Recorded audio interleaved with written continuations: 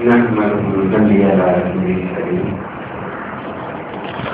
شهر پر تشریف فرما حضور اجلا ڈاکٹر ہے اللہ فتح ڈاکٹر شمس اللہ تعالی ہم مسئلہ نگار ہم نشین مسئلہ نگار تعمیر طالب محترم ڈاکٹر خالد علی محمد رحم السلام علیکم ورحمۃ اللہ وبرکاتہ.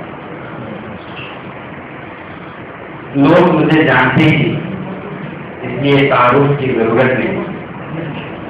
میں نہیں کہہ رہا ہوں، یہ منٹو کے الفاظ ہیں. منٹو کے افسانے میں پہلے ورق میں منٹو خود لکھتے ہیں. منٹو کے مضامین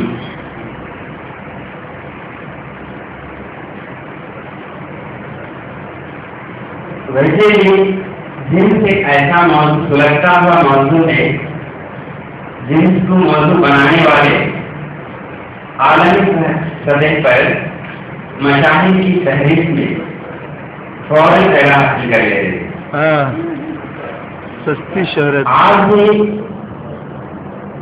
جنس پر کئی حملے ہو رہے ہیں. ویسے بھی آپ کو مشاہدہ کرتے ہیں، اخبار میں سنتے ہیں. ابھی حال میں دہلی میں ایک ہفتہ پہلے ایک حادثہ ہوا تھا. تو ٹھیک ہے، پوری 23 سال کی عمر کی لڑکی اپنی بے موت کی دعا مانگ رہی ہے. یہ تو خبر باقی ہے. آج کی تازہ خبر تمل ناڈو کے جنوبی تمل ناڈو کے 2 مختلف علاقوں میں 2 لڑکیاں، ایک 19 سالہ عمر کی اور ایک 20 سالہ عمر کی لڑکیوں کی جان جنسی لذت کے دلیلوں کے نظر ہو گئی. تو ایسے میں سعادت حسن منٹو کو لوگوں نے مختلف نظریوں سے دیکھا ہے. کسی نے پاس نگاہ کہا، کسی نے جنس نگاہ کہا، کسی نے مریض ذہنیت کا الزام لگایا. Whatever it is, Manto is a man too. تو میرے مقالے کا عنوان ہے، میں مقالہ نہیں، طویل مقالہ تو نہیں پڑھوں گا، مختصر وقت میں، مختصر انداز میں، مختصر خیالات کو اپنے بیان میں مختصر کرتا ہوں.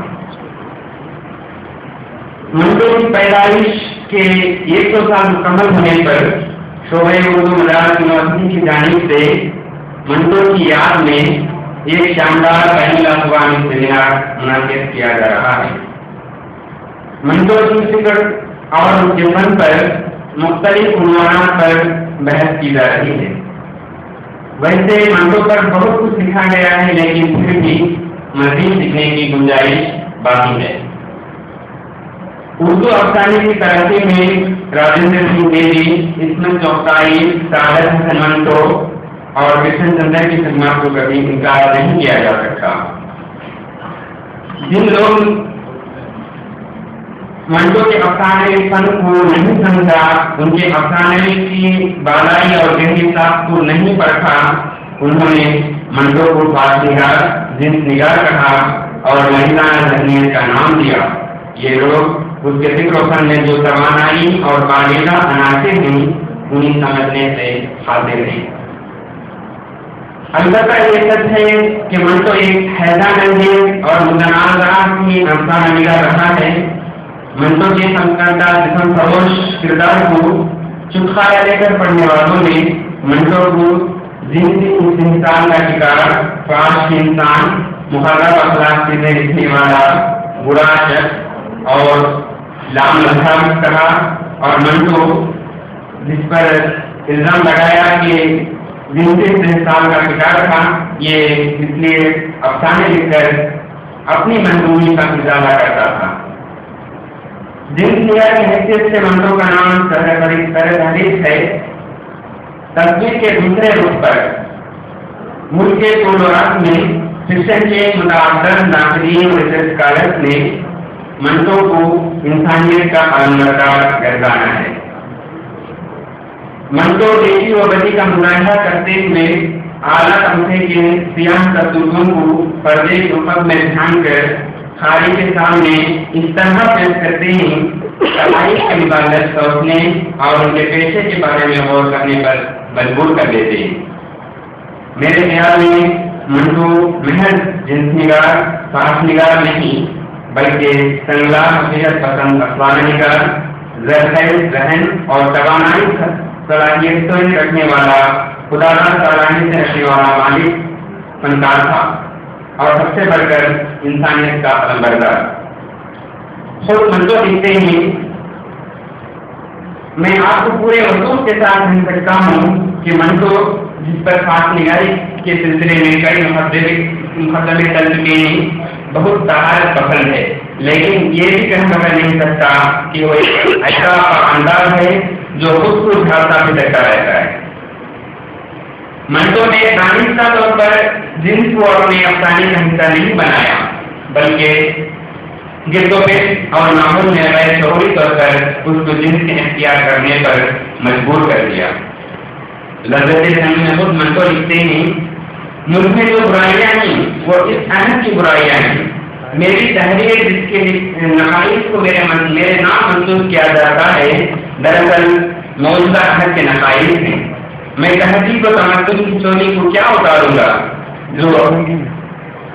جو ہے ہی نہیں، تو معیار زندگی کو اٹھانے کے شوق میں، معیار زندگی کو اٹھانے کے شوق میں کردار پستیوں سے بھی نیچے گرا دیا۔ عشق و محبت کی عمومی کائنات سے لے کر جن کی پیچیدہ نفسیات، مرد و عورت کے درمیان رشتوں کے کئی روشن و تاریخ کوشیں منٹو کے افسانوں میں جگہ پاتی ہیں۔ منٹو جنسی مسائل پر قلم اٹھا کر جنسی لذتیت اور جنسی استحصال پر لکھنے کے دور میں خالوں کی گرفت میں آئے اور خیر و بند کی صعوبتیں بھی برداشت کی۔ منٹو جب جنس کو موضوع بناتے ہیں تو ان کے پیش نظر جنسی استحصال ہوتا ہے اور نہ ہی جنسی لذت، بلکہ وہ حقیقت اجاگر کرنے کے لیے تصادم موت کی طرح کہانی کی فضا میں تحریک پیدا کرتے ہیں۔ منٹو کے افسانوں کی مطالعے سے ایسا محسوس ہوتا ہے کہ منٹو کا سادہ جغرافیہ ہی انسانیت کے نقطے پر آ کر سمٹ گیا ہے۔ زندگی کے ہر معاملے کی منٹو کے افسانوں میں انسانی ہمدردی نمایاں نظر آتی ہے۔ منٹو کی انسانی ہمدردی کا اظہار سہارے کے ان الفاظ سے ہی ہوتا ہے۔ ملاحظہ ہو، یہ مت کہو کہ 1 لاکھ ہندو اور 1 لاکھ مسلمان مرے، یہ کہو کہ 2 لاکھ انسان مرے۔ تو اس مختصر انداز میں منٹو نے دریا پر گزرنے کا شاندار نمونہ پیش کیا ہے۔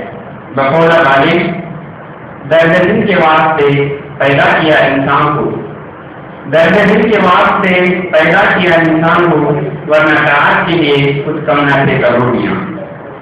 منٹو کے دل میں جو انسانی ہمدردی، انسانی دردمندی جنم لیتی ہے، خود منٹو کے الفاظ میں سنیے۔ میرا دل درد سے بھرا ہوا ہے اور یہی وجہ ہے کہ میں علیم ہوں اور علیم رہتا ہوں۔ دردمندی میرے لہو کی بوندوں سے اپنی خوراک حاصل کر رہی ہے۔ یہ کیا کام ہے کہ میری جوانی کے دن اڑاسی کی راتوں میں تبدیل ہو گئے۔ منٹو میں بچے، جوان، بوڑھے، عورت و مرد، اچھے و برے، امیر و غریب، ظالم و مظلوم، ملک، سماج اور مذہب ہر ایک موضوع پر لکھا اور لکھ کر انسانی ہمدردی کا اظہار کیا۔ موزیز انسانی ہمدردی کی بہترین مثال ہے۔ اس افسانے میں ایک انسانی کی خاطر موزیز اپنی جان قربان کر دیتی ہے، حالانکہ اسے معلوم تھا کہ اس قربانی کی عوض اسے کچھ بھی ملنے والا نہیں ہے۔ اس کے باوجود وہ یہودی لڑکی مذہب کے تمام سرحدوں کو توڑتے ہوئے انسانی رشتوں کو مقدس اور معتبر رکھتی ہے۔